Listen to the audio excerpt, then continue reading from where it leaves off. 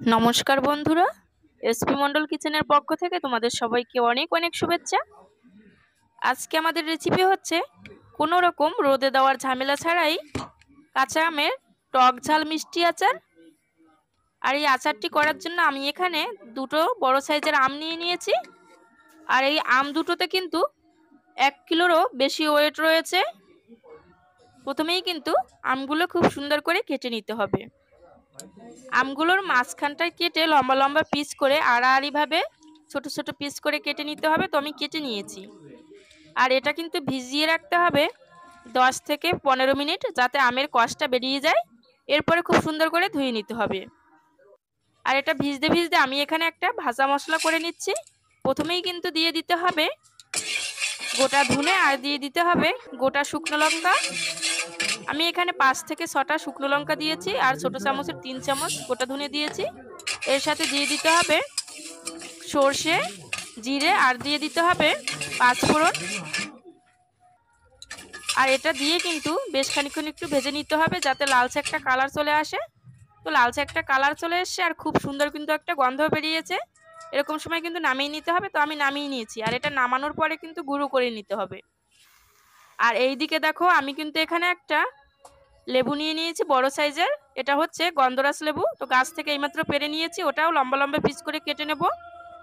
আর এইদিকে আমটা 10 থেকে 15 মিনিট ভিজিয়ে রাখার পরে খুব ভালো করে ধুয়ে নিয়েছি। এবারে কিন্তু শুকনো একটা কাপড় নিয়ে আমগুলো খুব ভালো করে মুছে নিতে হবে, যাতে কোনো রকম জল লেগে না থাকে। আর আমার কিন্তু এখানে আমগুলো খুব সুন্দর করে মুছে নেওয়া হয়ে গেছে। এতে দেখো একটুও জল নেই। এবারে কিন্তু কিছু মশলা অ্যাড করে দিতে হবে, স্বাদ অনুযায়ী নুন, হলুদ গুঁড়ো, আর দিয়ে দিতে হবে ঝাল শুকনো লঙ্কার গুঁড়ো। নুন, হলুদ গুঁড়ো আর লঙ্কার গুঁড়ো দিয়ে কিন্তু হাতের সাহায্য খুব সুন্দর করে মাখিয়ে নিতে হবে, যাতে প্রতিটা আমের গায়ে মশলাগুলো খুব ভালোভাবে মিশে যায়। আর এখানে কিন্তু আমার এগুলো খুব সুন্দর করে মাখানো হয়ে গেছে। মাখানোর পরে এটা কিন্তু একটু শুকিয়ে নিতে হবে রোদ কিংবা পাখার হাওয়ায়। আমি এখানে পাখার হাওয়ায় শুকিয়ে নিচ্ছি, তোমরা চাইলে রোদেও শুকিয়ে নিতে পারো। আর এখানে বড় সাইজের একটা রসুন নিয়ে নিয়েছি খোসা ছাড়িয়ে। এটা কিন্তু থেতো করে নিতে হবে, আর তো আমি থেতো করে নিয়েছি। আর এদিকে লেবুর পিসগুলোও দেখো লম্বা লম্বা পিস করে কেটে নিয়েছি। এবারে একটা বাটি নিয়ে লেবুর রসটা বের করে নিতে হবে।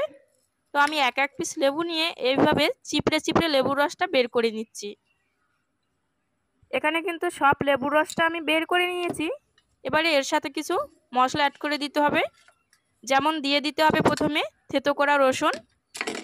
এবারে দিয়ে দিতে হবে প্রথমে যে মশলাটা ভেজে নিয়েছিলাম ওই মশলার গুঁড়োটা। এটা দিয়ে একটু চামচ দিয়ে খুব সুন্দর করে মাখিয়ে নিতে হবে। খুব সুন্দর করে মাখানোর পরে সবশেষে দিয়ে দিতে হবে সামান্য সর্ষের তেল। তেলটা আমি এখানে দিয়ে দিয়েছি। এবারে তেলটাও খুব ভালো করে একটু মিশিয়ে নিতে হবে। মশলাটা খুব সুন্দর করে মাখানো হয়ে গেলে এক পাশে কিন্তু রেখে দিতে হবে। এবারে একটা কড়াই বসিয়ে দিয়েছি গরম হওয়ার জন্য। আর এইদিকে দেখো আমটাও কিন্তু শুকিয়ে নিয়েছি প্রায় 20 থেকে 25 মিনিট পাখার হাওয়ায় দিয়ে। আর কড়াইটা গরম হয়ে গেছে। কড়াই গরম হয়ে গেলে দিয়ে দিতে হবে সর্ষের তেল। যেহেতু এটা আচার হচ্ছে, এর জন্য সর্ষের তেলের পরিমাণটা একটু বেশিই দিতে হবে। তেলটা গরম হয়ে গেলে এখানে দিয়ে দিতে হবে গোটা জিরে। তো আমি এখানে ছোট চামচের 1/2 চামচ জিরে দিয়ে দিয়েছি। এটা বেশ লাল লাল করে ভাজা হয়ে গেলে দিয়ে দিতে হবে নুন, হলুদ, লঙ্কার গুঁড়ো, মাখিয়ে রাখা আমগুলো। আর আমগুলো আমি কিন্তু দিয়ে দিয়েছি। এবারে অনবরত নেড়ে যেতে হবে, নাড়ানো কিন্তু থামানো যাবে না। নেড়ে নেড়ে ভেজে নিতে হবে। তা আমি কিন্তু ভেজে নিচ্ছি। প্রায় 4 থেকে 5 মিনিট ভাজার পরে আস্তে আস্তেই দেখবে কালারটা কিন্তু চেঞ্জ হয়ে যাবে। ঠিক এরকম পর্যায়ে চলে আসলে বুঝবে আমটা কিন্তু প্রায় 80% সিদ্ধ হয়ে গেছে। আর ঠিক এরকম পর্যায়ে দিয়ে দিতে হবে চিনি। আমি এখানে একটা মাঝারি বাটির হাফ বাটি চিনি নিয়ে নিয়েছি। ওই চিনিটা কিন্তু আমি দিয়ে দিয়েছি। এবারে খুন্তির সাহায্যে খুব ভালো করে একটু মিশিয়ে নিতে হবে। প্রায় 1 মিনিট মতো এইভাবে একটু নেড়ে এখানে কিন্তু দিয়ে দিতে হবে যে মশলাটা আগে থেকে তৈরি করে রেখেছিলাম লেবুর রসের সাথে, ওই মশলাগুলো। আর এই মশলাগুলো দেওয়ার পরে কিন্তু খুব সুন্দর করে একটু নেড়ে মিশিয়ে প্রায় 3 থেকে 4 মিনিট কিন্তু একটু ভেজে নিতে হবে। তো আমি ভেজে নিচ্ছি। প্রায় 3 থেকে 4 মিনিট আমি এখানে একটু ভেজে নিয়েছি। আর এটা কিন্তু প্রায় শেষ পর্যায়ে, ঠিক এই পর্যায়ে দিয়ে দিতে হবে গোটা কাঁচা লঙ্কা। আর কাঁচা লঙ্কাটা কিন্তু একটু চিড়ে দিয়েছিলাম, তোমরা চাইলে কিন্তু গোটাও দিতে পারো। কাঁচা লঙ্কাটা দিয়ে 1 মিনিট মতো নেড়ে গ্যাসটা কিন্তু অফ করে দিতে হবে। তো আমি কিন্তু এখানে দেখো গ্যাসটা অফ করে দিয়েছি। আর আচারটা দেখো একবার, দেখতে কতটা সুন্দর হয়েছে।